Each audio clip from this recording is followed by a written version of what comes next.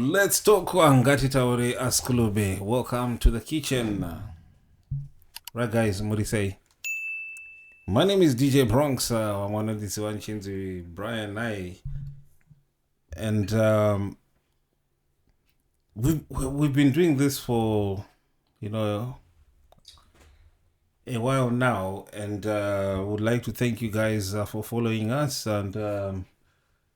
My comments yenyu feedback yenyu, and I would like to thank you guys for following us and for being with us on this podcast in the kitchen. Hey, we're now on the podcast in kitchen, but anyway, change.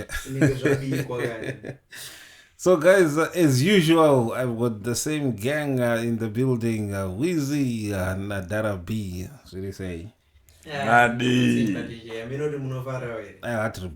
as usual, we've got Daroida Nengara Kuseri camera was Kadikuzikano. And then got to go back, give my comments. I got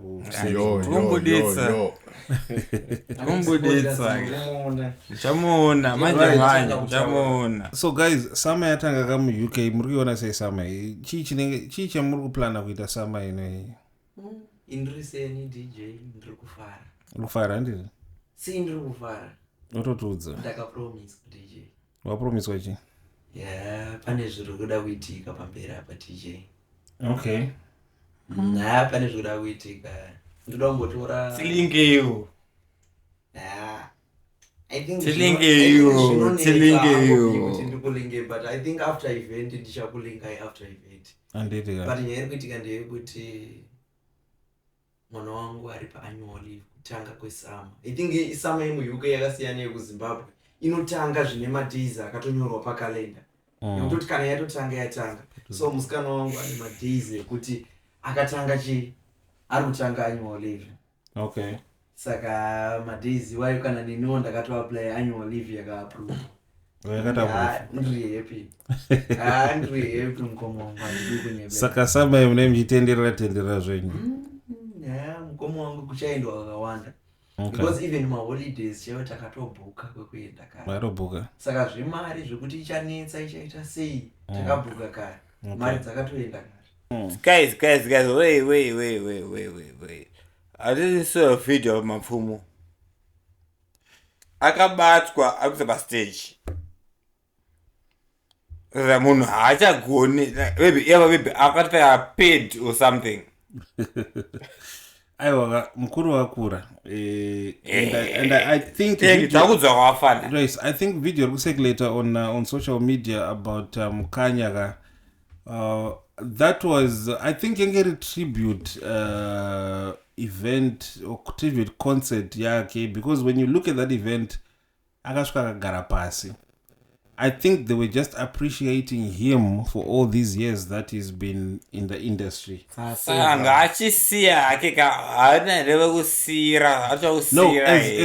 far as I know, Gandaga is now mentoring Wafano Arguta. Say, like I said, upcoming you Gouveia, this guy. Thank you very much. I'll say thank you very much for quite a long time.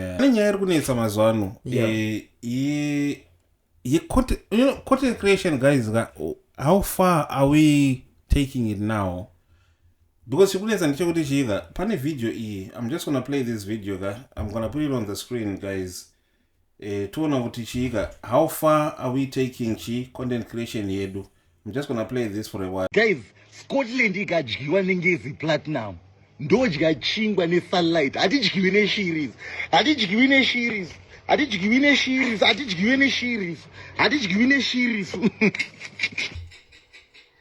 Guys. Right. Wamaona wakawa DJ Towers. DJ Towers is a very good content creator, but of late he's just been doing some weird things. Like the one and dango player guy. Ekuti munhu anozvidira sunlight musoro utarondesa ndodya sunlight nechingwa ndozodi.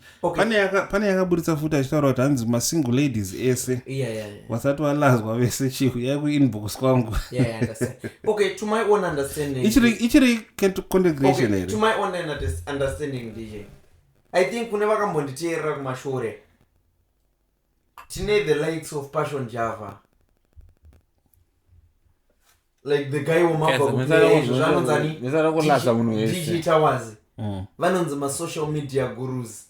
Ndevekuti okay, kana ndichiti a social media guru, it's someone wekuti pakaitika nyaya havangosiye ichiitika yongoenda sezvairi. Like if pavidhio ramabva kuplaya izvozvi ukada kudzoka bheki kumashure uchitarisa kuti chii chakaitika, kuti sei azoti Scotland ikadyiwa ndichadya chingwa nesunlight. Saka toti ari creative here, ndo creative. No, he is not creative, but pane vanhu vanonzi ma-social media. Betting. No, I don't think so kuti betting, but he is a social media guru. Vanhu vekuti havasiye chinhu chese chaitika munyika. Kana kuti chese chaitika pa social media. Can I answer you? Of course you can, why not? Pakadaiswa ndinoti Simba team reduka varume vari pa kumba kwedu koko varume vari kumba kwedu handisika. I don't understand when you say kumba kwedu, do you mean your brothers or? No, varume vari kumba kwedu varume vari kuZimbabwe. Oh, kuZimbabwe. If you say kumba kwedu, because I know you're from that's kumba kwedu. Okay, if you say kumba kwedu, I think maybe you mean your brothers. Okay, alright. Am I not right? Zviri kuitika vamwe vache like nauka yainyotika pakatanga nyaya dzekutika people are getting something. Make content, you get something. Yeah. And it. Yeah. So vanhu vakava kuda kutrya kuita zvimwe zvinhu kuti vaonochi, but basically like okay, like no, honestly munhu chaichi anoziva bhora wanzwa isi chikura ini mudhara wakaisira Blackpool inangurwego kuma-80s andakukura urwekupi kuma-80s. okay, ndakazvarirwa ini. yeah, mudhara wakaisira Blackpool idzaifa pabhadhiri pedu taina kurufaro netsoka. It's about few miles. yeah, like what, 3 miles I think. Yeah, I understand. Yeah. Chakava rufaro takusaid yeah. Yeah. But ndakasenda Blackpool, but later on ndakasenda Blackpool anga Cape United, then inini ndabore Blackpool but ndazokura chi ndamunhu Cape United like no inini like no okay, I'm sorry but I don't follow. But tinokuenda panyaya DJ Towers, what's the relevance yacho story? Vanhu vakutsvaga kuti kune mari aita content yeclub iyoyo ndokune mpinga dzacho ndokuda na DJ Towers akabvira kudhara akachitaura kuti but like no, it's content anditi it's content. So do you mean what is saka toti ari kuita content ka ari kutsvaga kuda kuenda palight paspotlight zvekudaro arida kuonekwa nechi like Scott Chivayo. No, Towers already inini as I know Towers anolinga nevanhu ava before asati ataura zvese zve. That's why like now so Towers if you're going to ask him honestly his real truth could anosabata chi asabata Scotland wazvinzwa, but I know akusabata Scotland because ndokune mpinga dzake wangu varume kuzimba bakujera kuti kamhura zvekupiwa mahara varume vekuZimbabwe. Yeah, I don't know about that. I can't say anything. Okay guys, I think this one yeah DJ Towers, we can leave it in the comment section kuti chika munoona sei kuti is it still so social media kana social media ishita kuibatira pamusoro. But anyway guys, moving on, I've got this comment yakaitwa na Hilary Makaya. Hilary Makaya unokonzwa Hilary Makaya no mahira ndinoita Hilary Makaya ndomuda kudarika pa social media. Hapana kana munhu asikafari Hilary kana amino kana maina asingamunhu right. Anzi na Hilary Makaya anzi why can't you Hilary Makaya was addressing anonza Oriano. Exactly. Anditika. So she was addressing Oriano. Hanzi na Hilary Makaya, why can't you just be yourself though? haunzwe kunyara here pese paunenge uri mustudio. Saka iwewe you just want to be remembered as face aikopera ja. Taifana taka ku blue ticker from day one man. I have read of this story. So nyaya zoitika pakaitika a little bit clash, like inindoda Hilary Makaya, indoda Oriano at the same time. Like, but Oriano wacho has ku copyright. No, chimira imunzwe. When it comes I think hospital. No, it's a yes or no. No. Yes or no. No. What yes or no? Does it work like that? No. Explain yourself. Okay, yeah. So, inini, I'm someone anoda Hilary Makaya. Ndinoda Oriano at the same time. Andina like average yekuti ndinoda Oriano 100% kana kuti ndinoda Hilary Makaya 100%. But what I can say is panguva iyi Hilary Makaya handikwanise kujaja Hilary Makaya to ye own opinion semaonero akaita because kutaura kwakaita Hilary Makaya but maonero arikuita munhu wese ka not a Hilary chete makati munhu wese muri kubvira inini. I'm not one of the guys and maybe excluding you panyaya idzodzo. Hilary Makaya but I want kuti imba okay DJ I understand what you're saying. But ndoda kunzwisisa kuti kana muchitaura kuti voice munhu anokopa kana wakateerera music yake I know the first time I know every song even if you ask me which is the first song I know the first song which Oriano the first time I heard Oriano ndiri motikari anditika ndichiplaya music pa YouTube anditika pandakanzwa ndakati ndi JP. That's the first thing inini pandakanzwa song ya Oriano yekutanga wandi Oriano and ndakangoti this is Oriano and ndinambofunga kuti this boy is talented. Anyway guys, I even know Oriano behind the cameras, not kuti zvamakamuziva zvepa light izvi. Saka tikakuti fan yake because you know him personally. I'm more than a fan. Basically what every artist nechi I think and this every artist background yake now. No, don't say every artist. How many artists? Watauraka okay guys, I know admire behind the camera, bro. Oriano had the camera. I know Oriano and Mama V, they are close relatives, bro. But listen to me, bro. I'm telling you. Tidonyazotaura pafear, guys. Tidonyazotaura pafear. Oriano arukopa japresa. Zvingori pachena. Even iyo kangonza any song ya Oriano ka. Usingatoziva ndi Oriano nditi. Unototongoti japresa akaruwa nhamba. Even though Oriano zvake. Hey, wena. You know the first song for Oriano? Wena. Do you know the first song for Oriano? Ina angu Oriano angu. So why muchiti Oriano arikupa japresa? Ndikutaura neruzhinji. Inonzi song yacho. Vari kundiitira Oriano. Okay,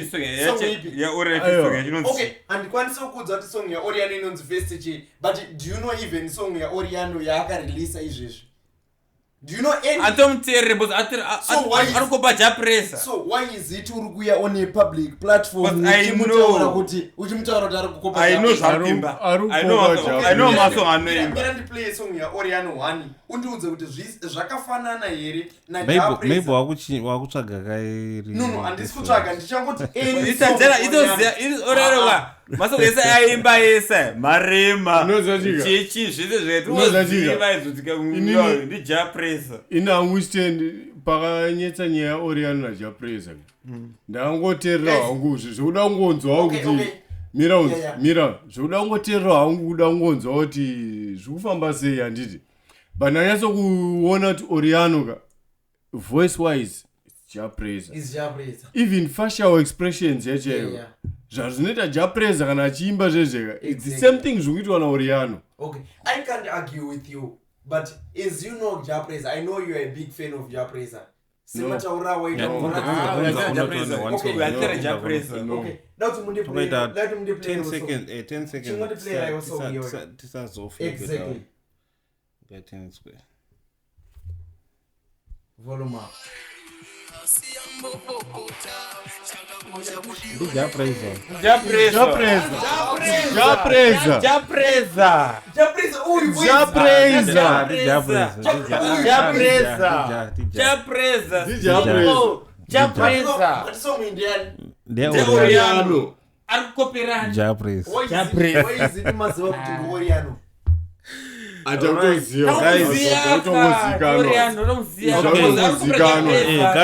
Guys, moving on at that time. Guys, this one we leave it again to the comments section. And so guys, I'm just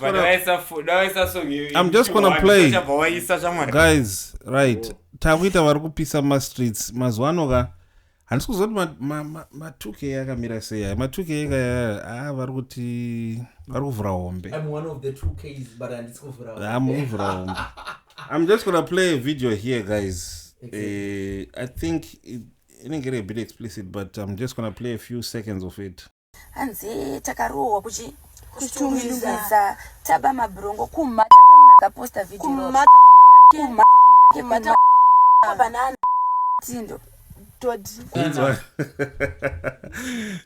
ndoba Ma2k enyu ayakaya totaura kuti chika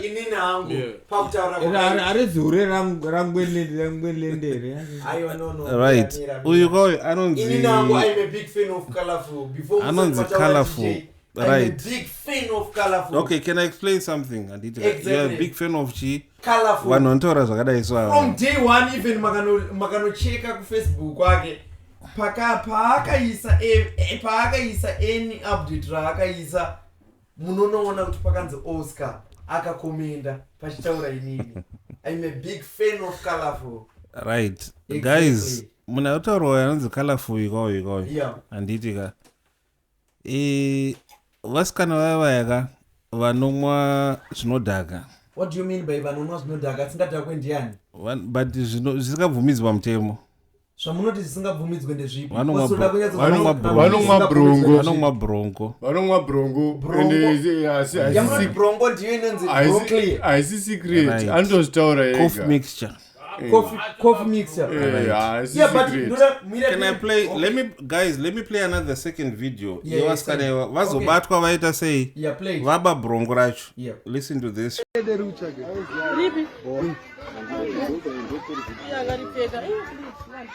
Basungwa mauri echinherera mbavha dzengoma uchazoona nhasi nomama una yari right. Saka zvinoda kutaura ndezvekuti chika as a nation tiri kudzidzisa chi vanhu vari kukura handitika because vasikana vakava they are role models kune vana vedu vari kukura handitika they are role models handitika but kana vachikurudzira zvinhu zvakadaika tinoenda kupi senyika handitika vana vedu kana vachiona vanhu vakadai so as my role models avo. I understand. Before you go any further handi mune video ramandiplayera muchiditi pane video second video ramuda kuti ndinzwe manga muchida kuti ndinzwe kuti handisi kunzwisa right. Ndeda kuti unyatso kunze nyaya yechika yekuabuse kwanoita madrugs madrugs akuwadza mandiratidza video mamuchida kuti ndinzwe ndoda kunzwisisa kuti unzwisise kuti wati unomufarira iwo unomufarira zvakudaro handiti exactly. unomufarira pachii pacho okay pane chinhu chii chaunomufarira chaanokuitira chii understand one thing guys, can you listen to me? We are listening this time. Okay, being humble doesn't mean I'm a stupid. Ndinogona kunyarara but munogona kutaura zvamunotaura ene ndakanyarara kana this is one person.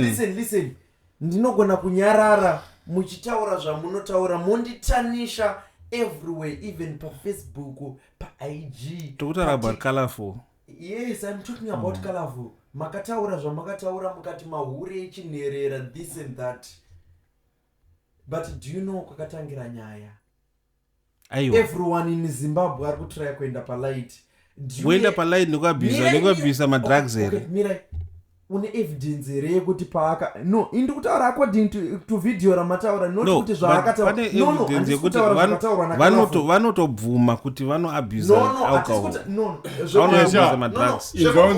Inzonzi kalafu watone mavideos achitotaura nyaya yebrongo. Akabvuma but haisi secret anotorova brongo. Okay, mira ndibvunze zvanda kubvunza. Kalafu munomuziva nenyaya yebrongo. Munoziva kalafu nenyaya yebrongo? So saka people say attribute podcast inde akabuda pa podcast aiwa inzaunzeka iyo usade kumudefenda nditi iyo mira unzara to my own opinion usade kumudefenda nditi but iye anondozitaurira ega iyo uri kutry kumprotecta but to my own opinion. Aiwa opinion yako apa haisi kushanda because iye muridzi wenyaya chete andotaura ega kuti ndozvaanotoita andorova brongo anotoabuse madrugs andorova brongo. You don't even know latest update about Kalafu. Amutoziva kuti chii chaakaposa. That's the only thing about it. It's kutaura zvaakuposta. Anyway guys, tikarambe tichingotenderera nai iyi nyaya kai inotonetsa. I think you guys as usual I always leave everything to you guys, our our commentators, our fans who are following us. Toona kuti zvakamira sei nemabhishu echinherera anga achitaurwa yaya guys, hanzi kana usiri muZimbabwe ka this is the time to be in Zimbabwe. Omanaka Ma2k ari kubura hombe, hanzi ari kushuta mafirimu. Anyway guys, this has been another podcast in the kitchen. Takachikora zvedu na Wheezy Darabi vanoka zvavo vachibva vataura kuti aenda buda mugame saka inotambika. So guys, I'll see you on the next one.